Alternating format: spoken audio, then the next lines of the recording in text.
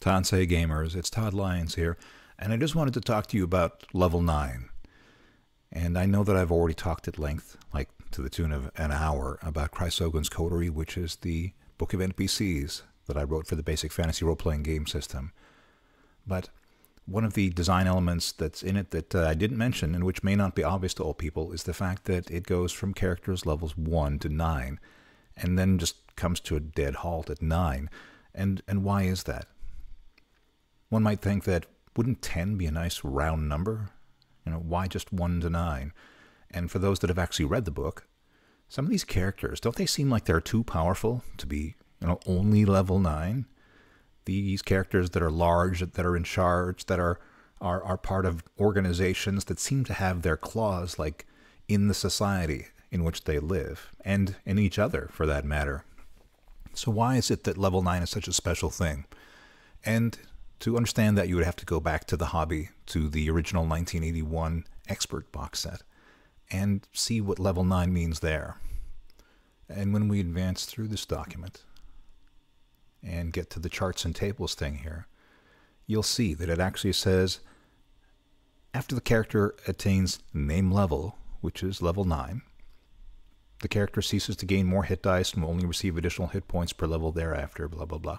And when you look at the dwarves, clerics, elves, the experience point charts that are on here, you can see that as they progress from level 1 to level 9, they go through a series of different names for every level. For example, for the dwarf class, there's veteran, warrior, swordsmaster, hero, swashbuckler, all the way up.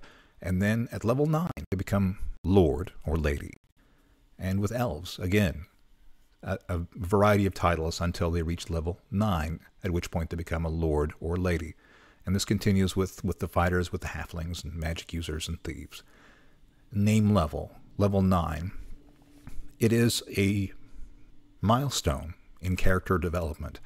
And it may not seem like that's a very high level, but that's just a reflection of how modern incarnations of the Dungeons & Dragons game and other role-playing have kind of changed our thinking about what a reasonable level is for a character to attain before they become powerful. And at least in the modern context, a lot of characters sort of begin as heroes, whereas old school is very decidedly in the camp of, here's some individuals that have just left their village, stepped off the family farm, decided to leave the temple, and they go out as ordinary people, as ordinary beings, and they become heroes.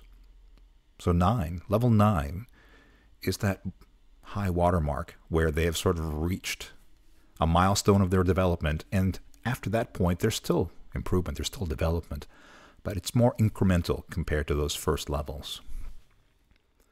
Now, actually naming the characters, that's not something that was adapted over here with the basic fantasy role-playing game.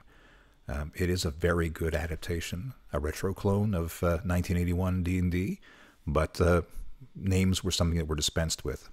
But you can see, with the experience point accumulation, once you get past level 9 there, you get that additional hit point per level. So it's still being faithful, it's still being true. And in the same way, I thought that if I'm going to design characters that make sense for the 1981, basic and expert sets, they should reflect that same design mindset, where level 9 is a big deal. So that's why the book ends at 9. That's why the characters that are level 9 characters are so influential. Unlike a lot of characters in this very lethal system of old school play, they managed to make that high watermark to level 9. Anyway, I hope this has been helpful. Until next time.